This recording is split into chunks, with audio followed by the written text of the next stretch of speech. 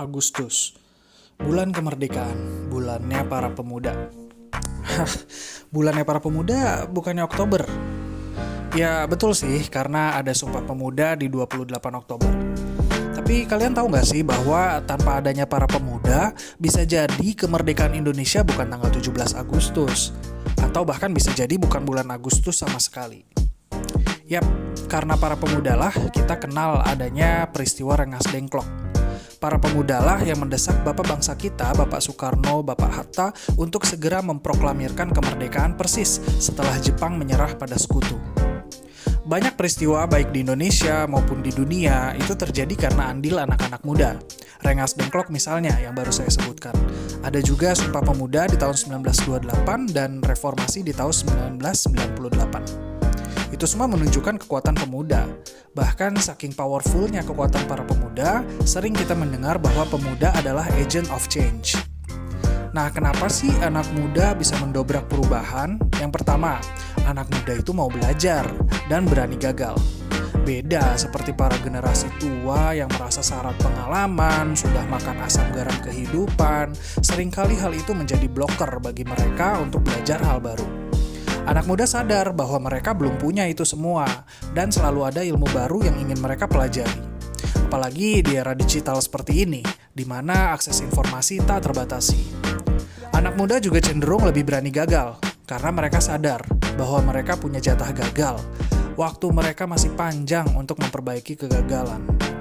Nah, buat yang sering gagal meraih impian, bangkit lagi yuk. Coba lagi sampai jatah gagal kamu habis dan akhirnya kamu berhasil wujudkan impian kamu. Yang kedua, anak muda itu sadar bahwa beda itu biasa, no judgment. Kalau kita melihat sejarah Sumpah Pemuda, kita bisa belajar bahwa dari dulu anak muda Indonesia itu tidak gagap terhadap keragaman, baik agama, suku, budaya, dan lainnya. Nah, kalian pernah ke taman bunga nggak sih? Bayangin deh, kalau kalian lihat cuma ada satu jenis bunga di situ. Pasti monoton banget kan? Beragamnya jenis bunga itulah yang bikin taman bunga jauh lebih indah. Beragam itu indah, ia harusnya dirawat, bukan dihakimi. Yang ketiga, anak muda suka kolaborasi. Sering nggak lihat anak-anak muda nongkrong? Gak jarang loh dari hasil tongkrongan mereka terlahir sebuah karya. Anak muda itu suka kolaborasi. Anak muda sadar bahwa untuk membuat sesuatu yang besar tidak bisa sendiri, dan karena stok energi dan waktu mereka yang berlimpah, mereka lebih aktif untuk mencari pihak-pihak yang mau kolaborasi. Sebenarnya ini berkaitan juga dengan dua ciri anak muda yang saya sebutkan sebelumnya, yaitu mau belajar dan toleran terhadap perbedaan. Karena untuk bisa kolaborasi, tentu anak muda harus fokus pada persamaan dari sekian banyak perbedaan. Nah, itu tadi yang bikin pemuda layak disebut agent of change. Sekarang, coba deh lihat ke diri kita masing-masing. Kira-kira, apakah kita punya kriteria tersebut? Saya yakin sedikit banyak pasti ada. So, buat kalian para anak muda di luar sana, daripada sibuk nih mikirin dia yang gak kunjung balas DM padahal dia yang lagi online, atau galau karena dia yang gak ngerasa butuh sama kamu, ada banyak loh yang butuh kamu. Indonesia butuh kamu.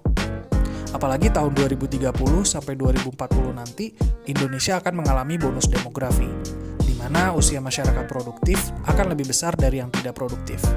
Sayang kalau energi kalian yang masih besar tidak disalurkan ke hal yang positif. Saya yakin anak muda punya banyak mimpi. Kejar terus ya, karena mimpi itu nggak akan mati.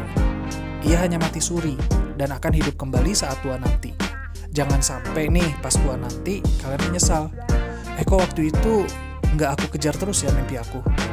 Ingat, kolaborasi. Banyak sekali komunitas di luar sana yang cocok dengan skill kamu. Yang penting berani. Kalian anak muda itu sangat hebat loh. Bahkan bapak bangsa kita, Bapak Soekarno, pernah mengatakan dengan menggebu-gebu, "Beri aku 10 pemuda, niscaya akan kuguncangkan dunia." So, cari 9 anak muda lainnya, kolaborasi, dan saya tunggu guncangan positif yang akan kalian lakukan terhadap dunia.